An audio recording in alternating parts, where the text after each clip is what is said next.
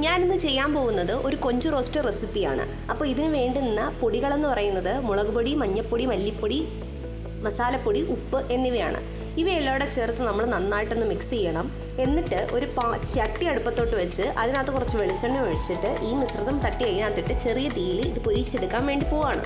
അപ്പോൾ നമ്മുടെ റെസിപ്പിക്ക് വേണ്ടുന്ന പച്ചക്കറികൾ എന്തൊക്കെയാണെന്ന് ചോദിച്ചാൽ ഇഞ്ചി, വെളുത്തുള്ളി, പച്ചമുളക്, കറിവേപ്പില, സവാള, തക്കാളി എന്നിവയാണ്. ഇതിനകത്ത് പച്ചമുളകും കറിവേപ്പിലയും എൻ്റെ കയ്യിലില്ല. ഇതെല്ലാം ചെറിയ രീതിയിൽ കുനുകുനെ അരിഞ്ഞെടുക്കുക. എല്ലാ ജോലിയെ പോലെ ശ്രദ്ധ വേണ്ട ഒരു കാര്യമാണല്ലോ പാചകവും. അതുകൊണ്ട് അടുപ്പത്തിരിക്കുന്ന കൊഞ്ചിൻ്റെ കാര്യം മറന്നു പോകരുത്. കരിഞ്ഞു പോയാൽ അങ്ങനെ കരിഞ്ഞങ്ങ് പോത്തേ ഉള്ളൂ. ഇനി ഇതിന് വേണ്ടുന്ന ഈ വെളുത്തുള്ളി ഞാൻ എപ്പോഴും തൊലിയോട് കൂടിയിട്ടാണ് അരിയുന്നത്.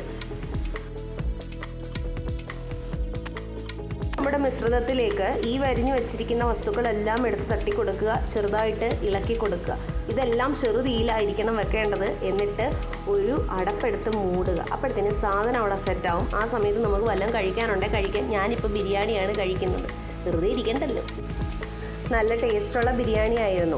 ശേഷം വീണ്ടും മൂടി തുറന്ന് നമ്മൾ കുറച്ച് ഉപ്പിട്ടു. ഞാൻ വിചാരിച്ചു വീഡിയോ ഒന്ന് കളറാക്കാൻ കുറച്ച് പൂക്കളുടെ വീഡിയോ എടുക്കാമെന്ന്. അതിനുശേഷം വീണ്ടും തിരിച്ചു വന്ന് കുറച്ച് പൊടികൾ ഇടുന്നുണ്ട്. ഇതിനകത്ത് ഞാൻ എക്സ്ട്രാ ഇപ്പോൾ ആഡ് ചെയ്തേക്കുന്നത് മല്ലിപ്പൊടി മാത്രമേ ഉള്ളൂ. നേരത്തെ കൊഞ്ചിനകത്ത് അത് ഇട്ടിട്ടുണ്ടായിരുന്നില്ല.